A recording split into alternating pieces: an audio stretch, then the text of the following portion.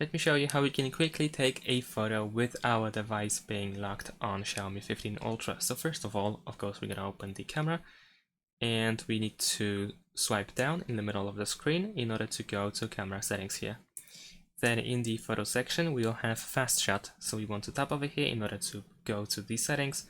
And then here we want to choose launch camera.